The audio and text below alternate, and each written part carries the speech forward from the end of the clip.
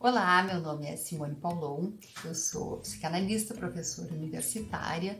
e tenho a honra, o desafio e o abraço, o prazer de falar sobre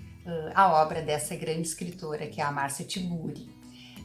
É uma honra por esse convite desse projeto lindíssimo que já está na 70ª edição, que o Marcelo Batalha então promove e nos convida. E um prazer também muito grande poder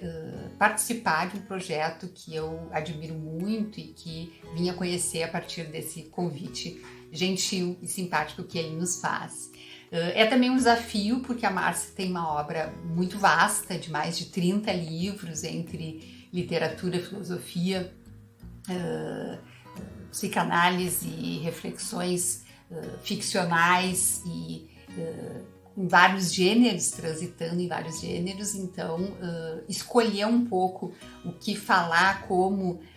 acompanhar toda essa profusão de produção e criatividade da Márcia é bastante desafiador. Mas é também um abraço, porque a Márcia é como uma espécie dessas deusas hindus, às vezes ela me parece de tantas competências, tantas habilidades diferentes que ela reúne, parece que a Márcia assim, tem um braço, uma sabedoria, uma competência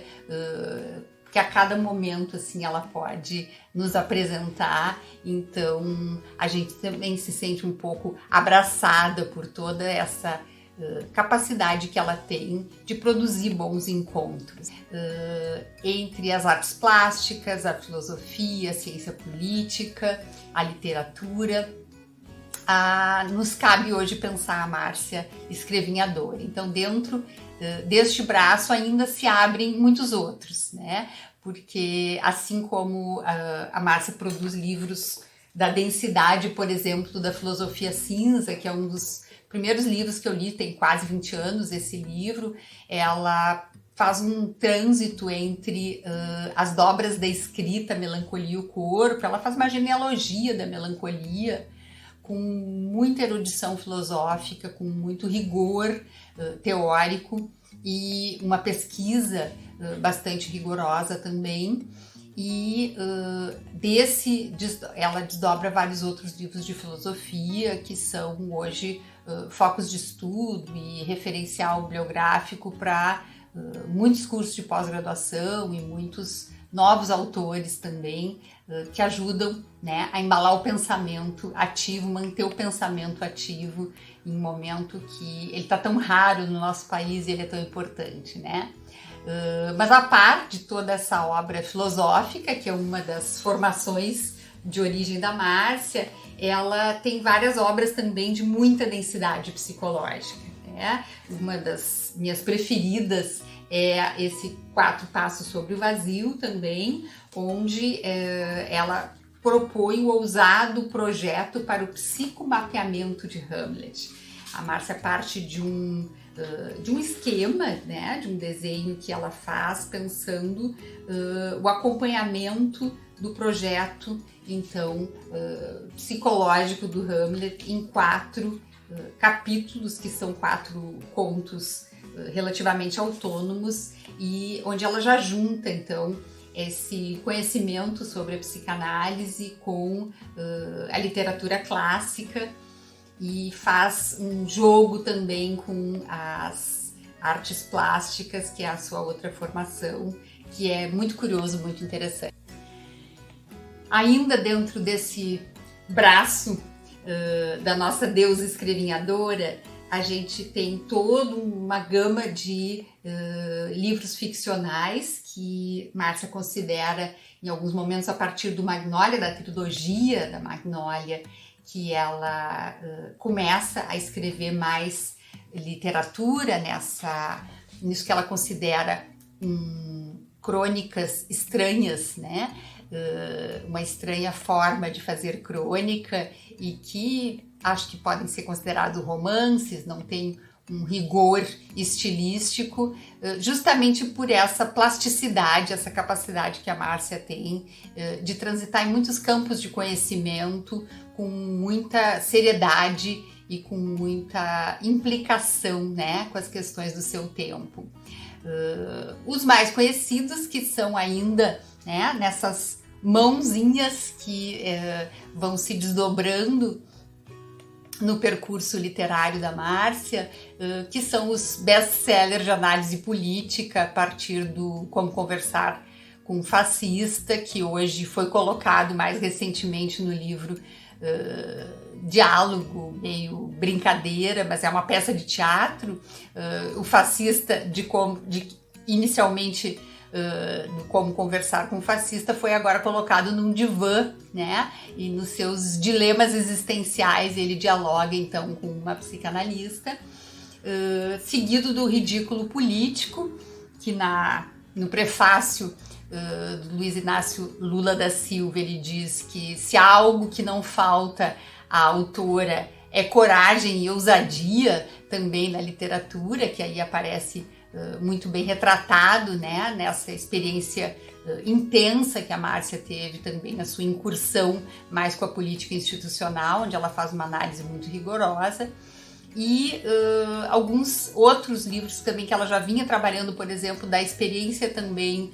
do programa de televisão, da experiência com a mídia, mais mass media, que foi importante na vida da Márcia. Ela tem um livro menos conhecido, menos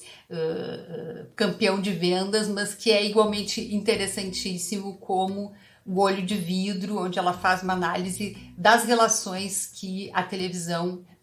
impõe, né, e coloca no plano da subjetivação, como também uma formação subjetiva muito densa e complexa, que ela experimentou na pele, literalmente no corpo, ao fazer durante alguns anos um programa de televisão. Temos ainda na linha do ativismo e reflexões políticas esse delicioso manifesto, né, que é o primeiro livro oficialmente feminista da Márcia, apesar de ela ser uma feminista muito conhecida e falar muito sobre feminismo. É o primeiro livro que ela dedica, então, ao feminismo em comum para todas, todes e todos, e que está traduzido em várias línguas, no italiano, inclusive, a partir do seu primeiro capítulo,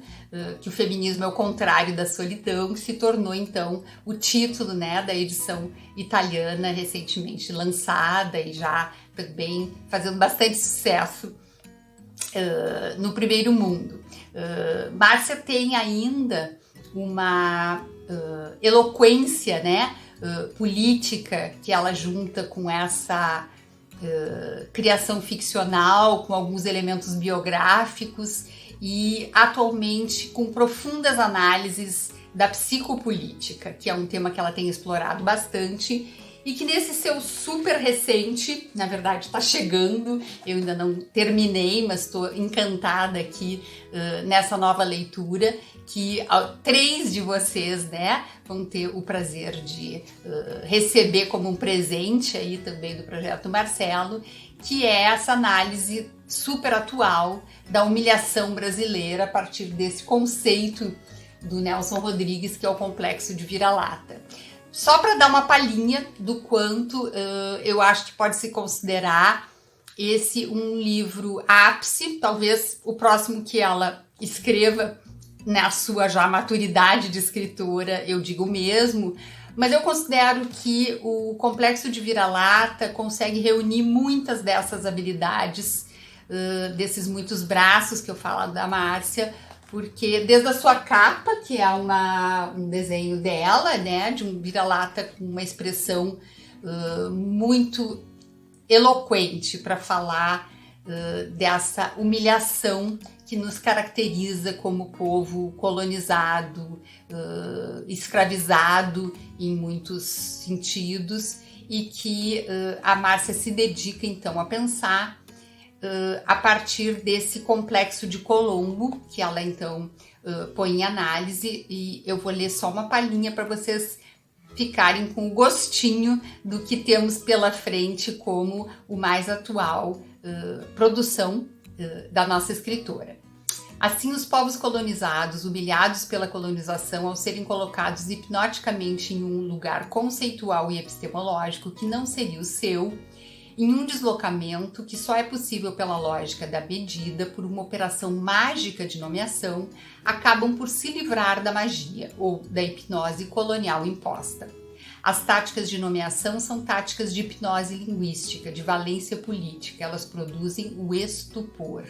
no qual os colonizados e vítimas em geral de processos violentos são colocados. Despertar do estupor é o caminho a ser encontrado urgentemente. Leiamos, portanto, Márcia Tiburi com a urgência que o nosso tempo nos exige. Boa conversa!